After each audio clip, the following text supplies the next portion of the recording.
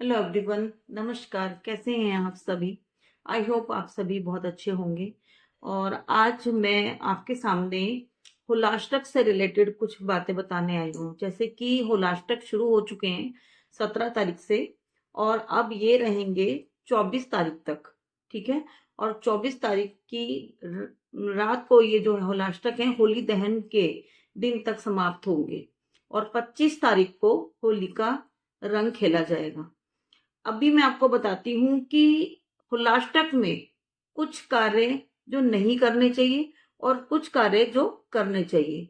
देखिए, ऐसा है कि इन दिनों में कुछ चीजें पॉजिटिव होती हैं और कुछ चीजें नेगेटिव हो जाती हैं। तो मैं आपको ये बताने आई हूँ कि इन दिनों में हमारे जो ग्रह हैं, हमारे जो प्लेनेट हैं, वो सभी उग्र प्रवृत्ति में आ जाते हैं।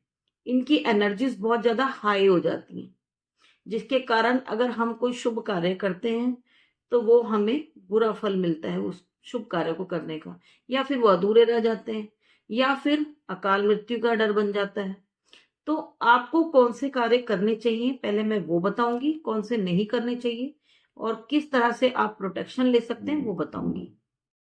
देखिए, शास्त्रों के अनुसार भी होलाष्टक के दिनों में हमें अपने घर में किसी भी तरह के शुभ कार्य नहीं करने चाहिए। जैसे कि आपको कोई घर मकान नहीं खरीदना है, घर मकान अगर देख भी लिया है तो 8 दिन के लिए आप रोक लगा दीजिए, उसके बाद ही आप बयाना कीजिए या रजिस्ट्री कीजिए।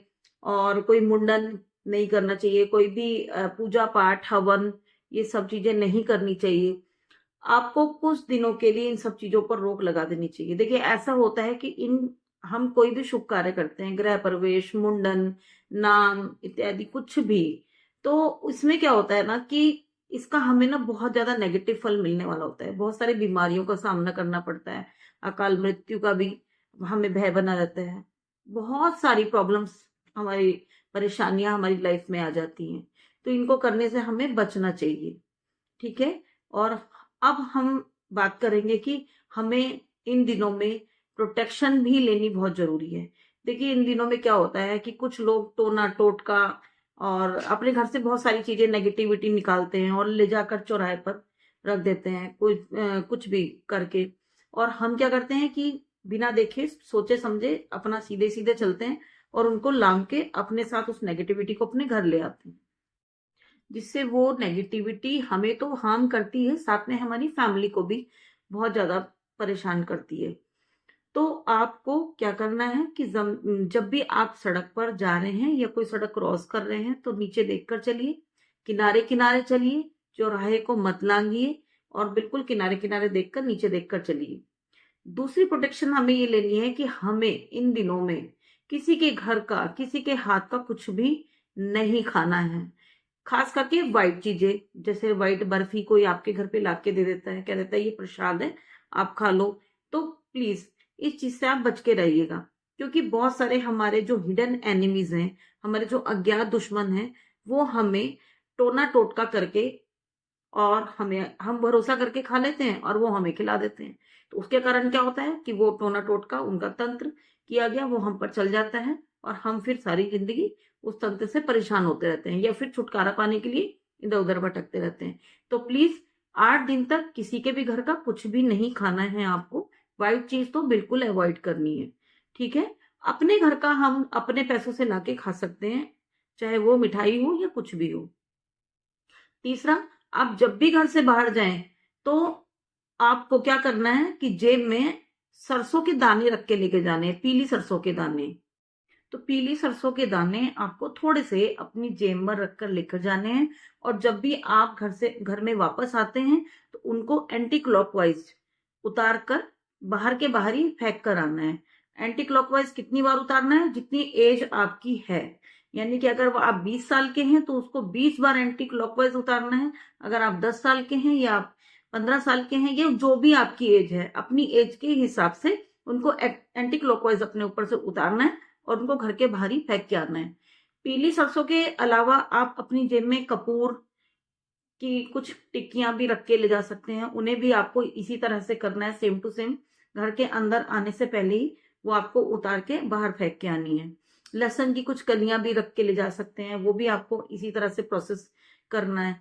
और एक प्रोटेक्शन आप और भी ले सकते हैं। बचपन में हमने अपनी दादी को करते हुए देखा था, तो हमारी दादी क्या करती थी कि हमें नजर से बचाने के लिए और ऊपरी बाधाओं से बचाने के लिए हींग का इस्तेमाल करती थी। एक कटोरी में हींग घोल लेती थी और वो हमारे नेल्स पर, पैरों के नेल्स पर, हाथों के नेल्स पर, कानों के पीछे या चेस्ट पर लगा देती थी, ताकि हमें कोई भी ऊपरी बाधा या परेशानी ना आए।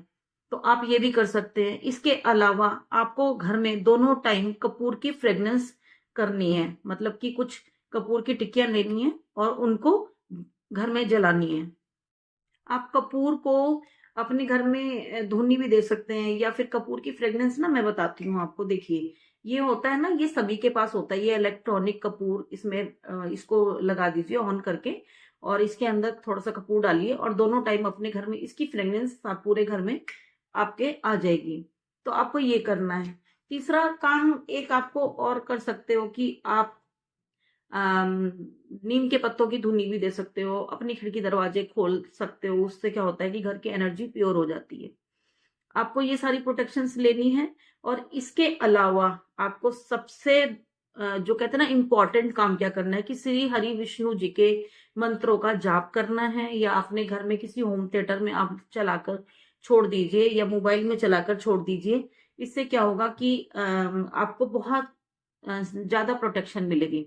जितना ज्यादा से ज्यादा आप श्री हरि विष्णु जी के मंत्रों का जाप करेंगे, या विष्णु सहस्त्र नाम का पाठ करेंगे या सुनेंगे, तो उतना ही आपके लिए बहुत अच्छा रहेगा। श्री हरि विष्णु जी आपकी पूरी मनोकामनाएं पूर्ण करेंगे और घर में किसी भी नेगेटिविटी को आने से बचाएंगे। तो आपको होलाष्टक पे आई होप सब कुछ समझ आ गया होगा कि 8 दिनों में आपने क्या प्रोटेक्शन लेनी है, क्या काम करने और क्या काम नहीं करने। इसी के साथ मैं आपको से विदा लेती हूँ। नमस्कार।